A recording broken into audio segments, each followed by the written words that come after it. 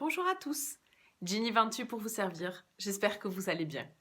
Aujourd'hui on va parler d'un sujet qui me tient particulièrement à cœur, mon troisième enfant. Je veux parler là de mon diabète, qui partage ma vie depuis bientôt 10 ans. Oui, c'est comme un enfant en fait, mais un enfant handicapé, qui a besoin de toi au quotidien, tu vois, qui a besoin de ton attention tout le temps, voilà. C'est une maladie qui me pourrit la vie depuis 10 ans, mais il faut vivre avec. Et au début, quand j'ai eu les symptômes en fait de ce fameux diabète, on n'a pas tous les mêmes, mais bon voilà, quand j'ai eu mes symptômes, je pensais que c'est un petit passage à vide, et j'ai passé un bon moment avant d'aller voir un médecin. Voilà. On va faire un petit peu le détail de tous mes symptômes. Allez, c'est parti, vidéo. Comme je ne connaissais pas cette maladie comme des millions de Français, je ne savais pas du tout ce qui m'arrivait. Donc j'ai laissé traîner et j'ai eu des symptômes divers et variés que j'ai pris comme ça venait. Et le premier symptôme était que je buvais 5 litres d'eau par jour. Ouais, 5 litres d'eau par jour.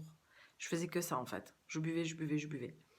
Ma fille à l'époque avait 3 ans et quand elle me demandait à boire dans ma bouteille, limite, je lui donnais la bouteille, je dis oui ma chérie, tiens, bois.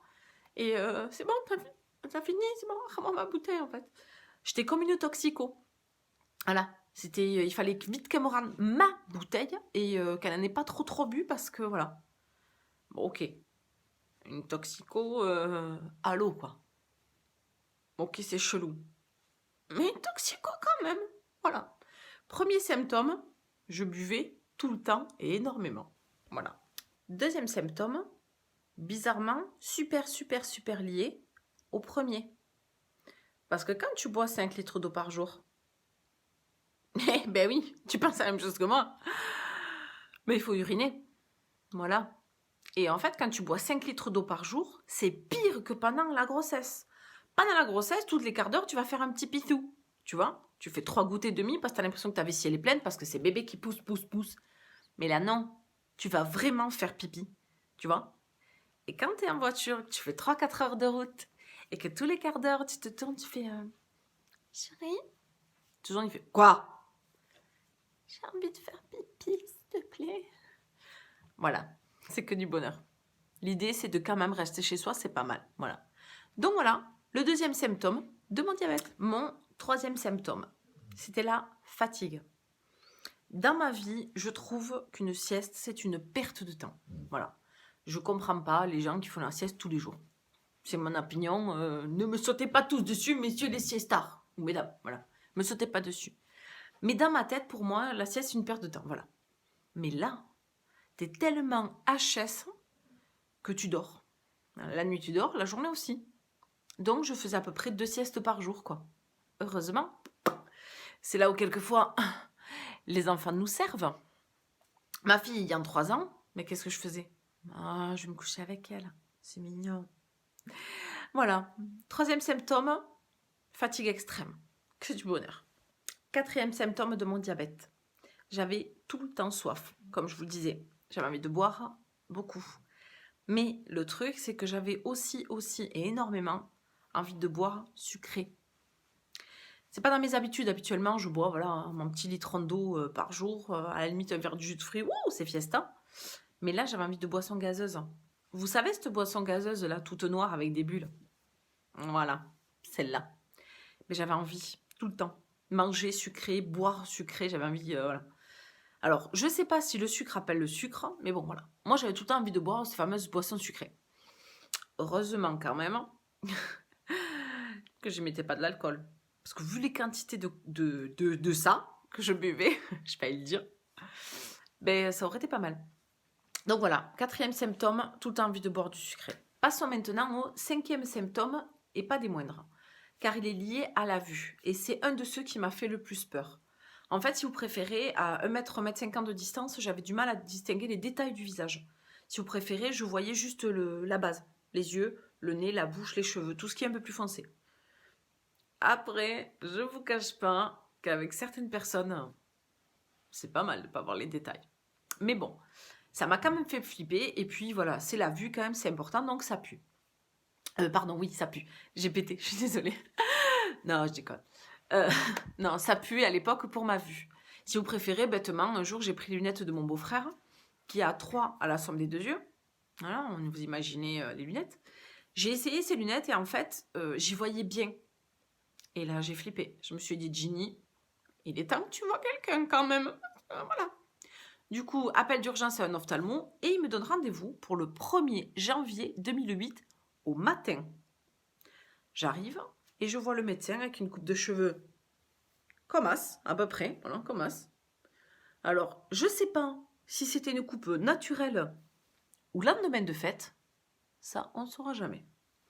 Donc, le gars m'ausculte et il me met des gouttes. Alors, je sais pas ce que c'était ces gouttes, mais il me met des gouttes, donc. Il met la première goutte, tout va bien. Et là, avant de mettre la deuxième, il fait « Ah non, c'est bon !» Et il me met la deuxième goutte. Donc, j'ai peut-être failli perdre un œil ce jour-là. Voilà.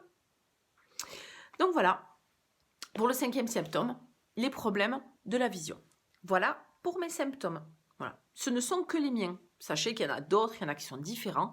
Comme certains que j'ai croisés qui m'ont dit que, en fait, ce qui les a interpellés, c'est qu'ils ont une perte de poids fulgurante. Ça aurait pas pu m'arriver, ça, non? Oh, bien sûr que non. Saloperie de maladie. Voilà. Chier. Bon, bref. Après tout ça, je me décide quand même à aller voir mon médecin traitant. Vous me direz, pas con comme idée. Ginny, pourquoi tu n'es pas allée un petit peu avant, t'as vu? Mais bon, j'aurais pas pu faire cette vidéo. Bam! Donc, je vais voir mon médecin, je lui explique ce que je vous explique. Genre, je lui ai passé quelques détails quand même, je ne vais pas tout raconter.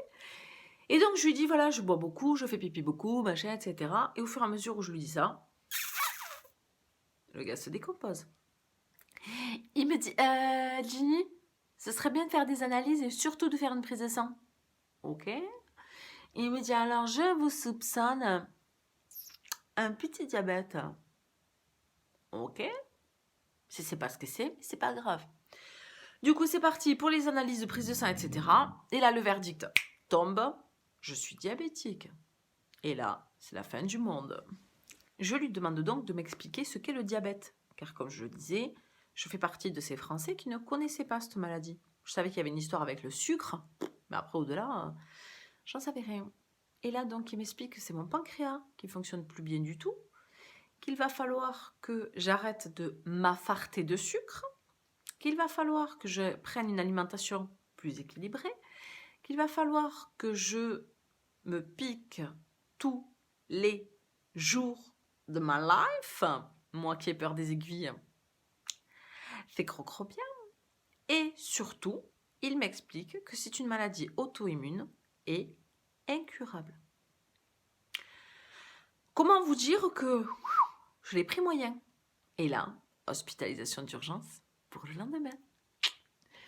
Donc je rentre, panique à bord, machin, et mon premier réflexe a été, je ne sais pas pourquoi, au bout de 2 minutes 30 où je suis arrivée chez moi, j'ai appelé ma mère. Ouais, 26 ans, j'appelle ma mère. Je l'appelle, maman. On m'a découvert un diabète, maman, je sais pas ce que c'est ce truc avec le sucre, maman, j'ai bien fait de bouffer du sucre quand j'étais petite, j'ai bien fait de m'infarter, t'as mieux. Et elle m'a dit, ok. Et alors? Mais je lui dis, maman, j'ai une maladie incurable, je rentre à l'hôpital demain. Maman, je vais mourir! Voilà, pour moi, j'allais crever, quoi, en fait. Heureusement, j'avais tort. Et le lendemain, ce qui devait arriver arriva. Moi, j'aime bien. Ce qui devait arriver arriva. Hospitalisation. Bam, je suis arrivée comme ça. Qu'est-ce qu'il faut faire? On va où? Allez, popera, vas-y. Peur de rien, moi. Bam, je suis Ginny Ventus, je viens pour te voir. Oui, je suis arrivée comme ça, oui. Ouais, ça va, c'est peut-être peu exagéré, quoi, mais bon, on va pas chipoter. Bon, ok, je suis arrivée comme ça. Le couloir de la mort, quoi. T'as vu? Genre, mon dernier repas, je voulais des barres chocolatées sucrées avant de mourir, quoi, tu vois. Moi, pour moi, c'était ça. Et là, il y a une mignonne infirmière qui arrive qui me dit Ginny Ventus, c'est vous? Oui, c'est moi, mais de me découvrir un diabète.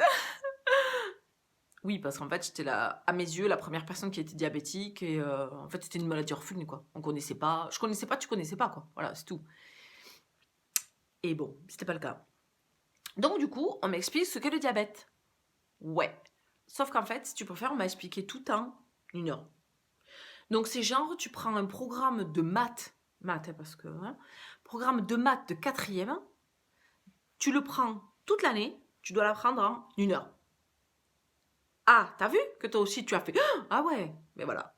Mais moi, on m'a appris tout ce qui est sur le diabète en 1 heure. Donc, on t'apprend comment bouger, comment manger, comment bouger. Enfin, c'est rien, moi, on t'apprend tout, même presque comment te coiffer, quoi, tu vois? Oui, presque oui. Donc, en fait, on t'apprend à avoir une vie équilibrée, une vie saine. Comme la mienne, quoi. Ouais. Ouais, j'ai une vie saine, ouais. Ouais. Bon, ok, j'ai une vie. Bon, ok, je bouffais du sucre tout le temps, d'accord, ok, c'est bon, arrêtez. Et donc, de là, mon chéri débarque avec ma petite poupée. Et là, ma fille, comme je disais, du haut de ses 3 ans, me dit, maman, on pourra remanger au McDo, s'il te plaît, même si tu es malade, parce que moi j'aime bien manger au McDo, tu sais, maman. C'est mignon, mais je lui dis oui, ma chérie. Bien sûr que oui, on retournera manger au McDo. C'est pas parce que maman est malade qu'on ne pourra pas y retourner. Maman, elle mangera une salade saine, hein. Elle mangera sainement avec une pomme en dessert, pendant que vous vous affarterez de Big Mac, d'hamburger, de frites, de glace. Normal, quoi. Voilà. Bon, mal. Après, c'est mignon, quoi. Voilà. C'est mignon venant d'un enfant, c'est tout choupi, quoi. Et de là, mon mari revient. Il était parti chercher un café. Il revient. Et sa question à lui a été Mamour, on pourra retourner manger au chinois quand même? Parce que c'est sucré quand même, le chinois. Ça craint, non? Ouais, les hommes sont aussi des grands enfants. Voilà. Bon, mais sur ce, je vous laisse. Je vous souhaite une agréable journée et je vous dis à bientôt. Bisous, bisous.